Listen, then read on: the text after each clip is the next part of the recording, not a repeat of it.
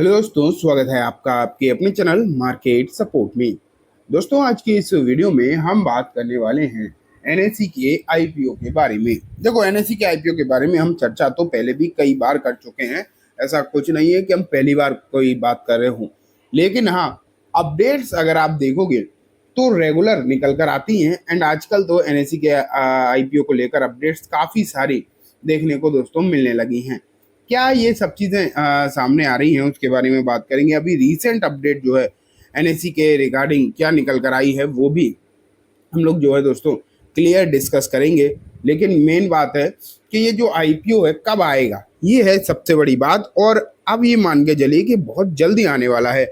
लेकिन इस आईपीओ के आने से कुछ कंपनीज ऐसी भी हैं जिन्हें तगड़ा बेनिफिट आपको जो है देखने को मिलने वाला है, मिल सकता है। वो भी दोस्तों हम कंप्लीटली बात करेंगे। तो मैं स्टार्ट करता हूँ। सबसे पहले एनएससी का आईपीओ की जो खबरें हैं वो रख देता हूँ आपके सामने। ये देखो, यहाँ आप देखेंगे NSC IPO update draft paper likely by June second week. तो यहाँ पर लिखा है कि जो जून का सेकेंड वीक होने वाला है, ठीक है, उसमें इसका जो ड्राफ्ट पेपर है वो आपको देखने को मिलेगा। अब अगर ये जून में आप ये मानकर चलो कि ड्राफ्ट पेपर देखने को मिलने वाला है, देखो होता क्या है कि जब ड्राफ्ट पेपर आ जाता है, जैसे ही फिर क्लियरेंस वगैरह मिल जाता है, उसके बाद फाइनल जो है रेड हेरिंग प्रोस्पेक्टस भी आ जाता है।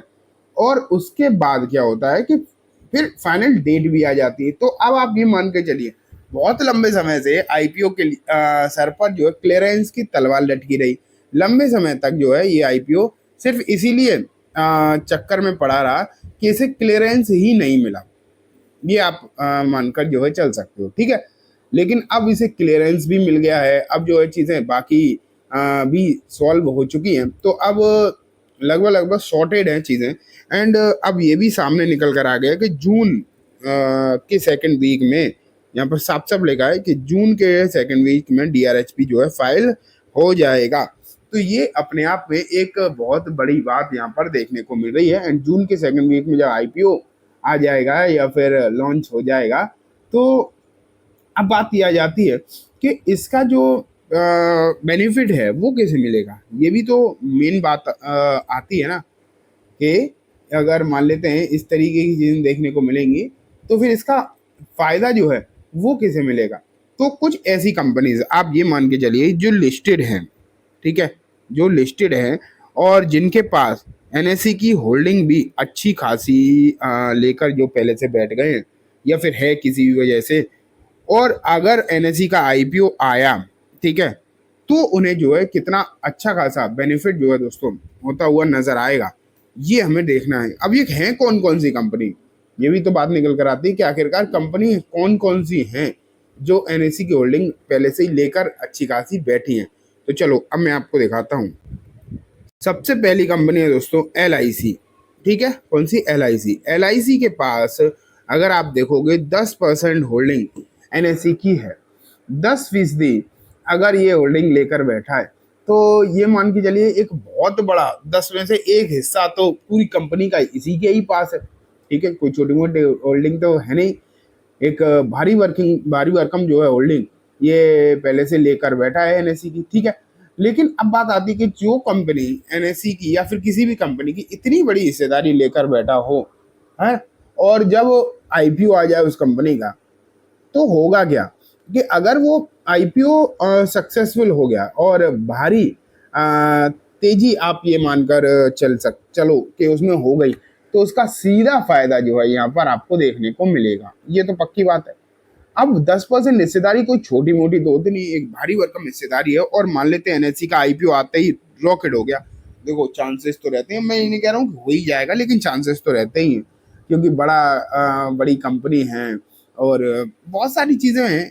तो अगर ऐसा हो गया तो इसका सीधा फायदा आप ये मान के चलो दोस्तों, आपको जो है यहाँ पर देखने को मिलेगा। तो यहाँ नज़र आपको जो है ज़रूर बनाकर रखनी चाहिए एलआईसी पर। लेकिन ऐसा नहीं कि सिर्फ एलआईसी के पास ही होल्डिंग हो, और भी बहुत सारी कंपनीज हैं, जिसमें कि एक तो दिग्गज सरकारी bank SBI, and means SBI, state bank of India, इसके पास भी है।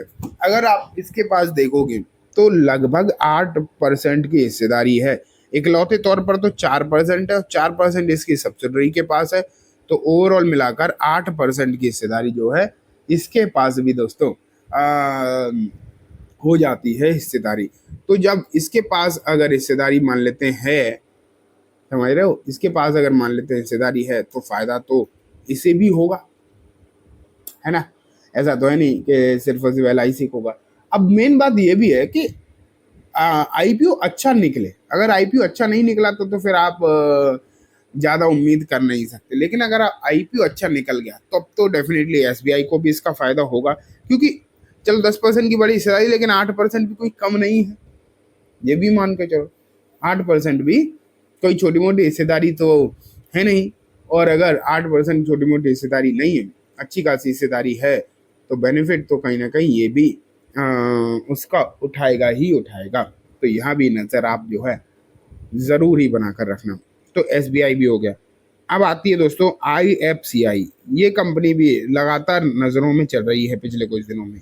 इसकी इस एक सब्सिडरी है स्टॉक होल्डिंग लिमिटेड, उसके पास लगभग 4% के आसपास की हिस्सेदारी, नॉट एग्जैक्टली लेकिन लगभग 4% की हिस्सेदारी जो है ये भी लेकर बैठा है। ये मानकर आप जो है यहाँ पर चल सकते हो। तो नज़र तो दोस्तों आपको जो है यहाँ भी बनाकर चलनी ही चाहिए।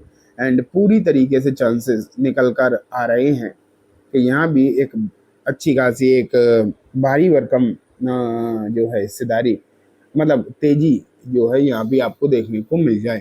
तो ये तो वो कंपनी हो गई जिनके पास डायरेक्ट होल्डिंग है। कुछ और कंपनी भी हैं, कुछ सरकारी बैंक है, लेकिन उनके पास थोड़ी थोड़ी हिस्सेदारी बहुत ज़्यादा है। लेकिन अब मैं आपको दिखाता हूँ जिनके पास, जिनको जो है डायरेक्ट या फिर मैं बोलूँ इनडायरेक्ट फायदा हो सकता है, जैसे BSE। अब NSE की लिस्टिंग BSE पर होगी, BSE एक्सचेंज पर होगी, NSE के एक्सचेंज पर नहीं होगी। तो इसलिए BSE को जो है इसका फायदा मिल सकता है, ठीक है। डीमार्ट अगर आप देखोगे उसके प्रमोटर के पास, दमानी के पास NSE की अच्छी खासी होल्डिंग है। तो उम्मीद है, वैसे डीमार्ट को डायरेक्ट फायदा होने की उम्मीद नहीं, लेकिन हो सकता है। हाँ, कुछ जैसे ओरिएंटल बैंक है, यूनियन बैंक है, इनके पास हल्की फुल्की हिस्सेदारी लेकर ये भी बैठे हैं।